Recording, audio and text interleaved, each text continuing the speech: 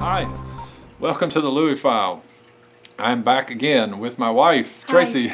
Hi. So I was wanting to share something a little bit more about marriage, and it was going to be based out of 1 Corinthians 7, where it says that it talks about the believing and unbelieving spouse, and how it says if the unbelieving wife or husband, and in this case, in Tracy and I's case, it would have been me.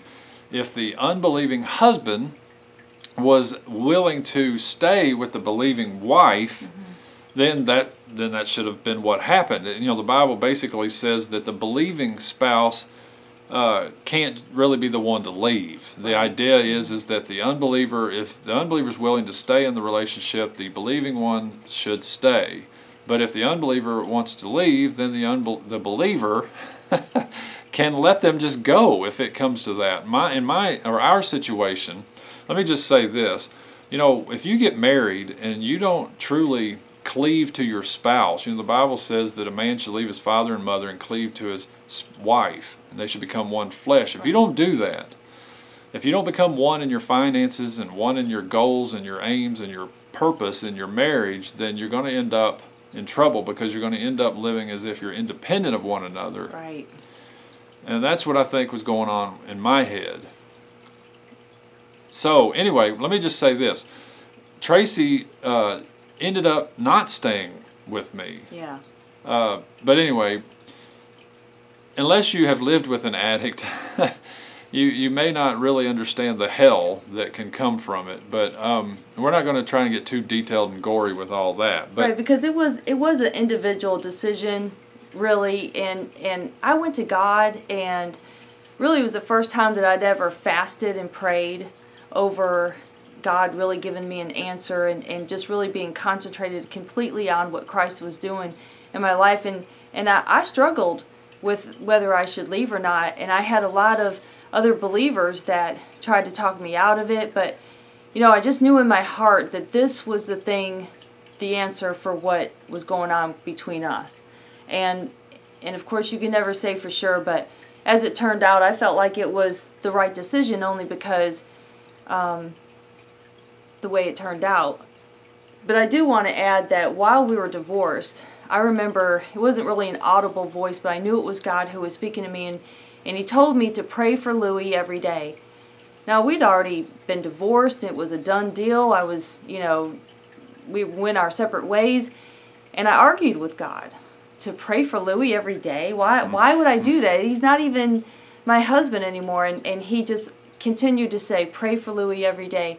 I had no idea that he was going to restore our marriage and our relationship like he did. But I was obedient, and I prayed for Louie. I didn't know why, but I just did what God said that to do that. And so I think this was a result of that. you know, there was years where I would drive under the influence, and I would have car wrecks and just crazy recklessness.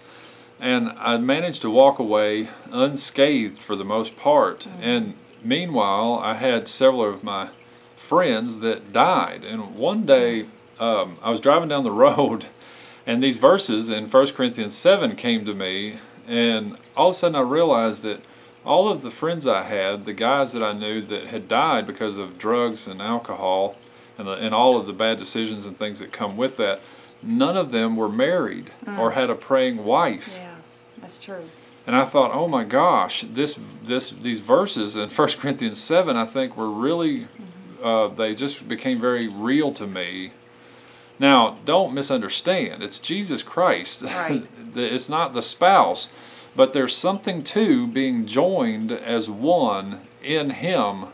And if you're not both in Him, the one that is, in some way, God honors that. And somehow God keeps that that bond. Or I mean, it's maybe even a little bit beyond my understanding. It's supernatural, isn't it? It really is. I think so. And He also knew that we could be a great story for other people. Right. You know, His story with mankind is sort of like that, because mankind turns away and leaves, and He pursues. I mean, so it's never over when it comes to God. You know, there's been a lot of people we've talked with, men and women, and they've left their husband or their wives or been divorced or whatever's happened, and and they have hope again because of our story that God can restore it. And He can. And He did. And He has. It's been great. And I mean, so Yeah. it's an awesome thing, but He has the ability to do that. But now, I don't know about Tracy, but now I realize that it's a miracle every day. It is. And it's Yeah. not about us making this work. It's about Him, and it's about keeping our focus on Him. Absolutely. You know, let me leave you with this one little additional thing. You know, a lot of marriages or relationships, or however you want to put this, don't work because the man and the woman come into it expecting the other one to fulfill something in them that they just can't do. They cannot possibly accomplish what that spouse is expecting. Right. And so what you end up with is you end up with a man and a woman basically just being disappointed with each other because they're not getting what they think they're supposed to get. A friend of ours said they end up being like two ticks and no dog. And I always thought that was a great illustration because you basically suck the life out of each other. So God's plan is that He be our dog. That's right. And that we would each, both of us, get our life and our fulfillment and contentment through Him. He is the life. Then we, not expecting to get that out of each other, can live side by side, whole, each of us whole. That's good. Right? And so we're not expecting to receive something from the other that they simply cannot supply. So anyway, we'll talk some more about marriage coming up in the future. So until then, we'll see you later. Thanks for watching. See ya.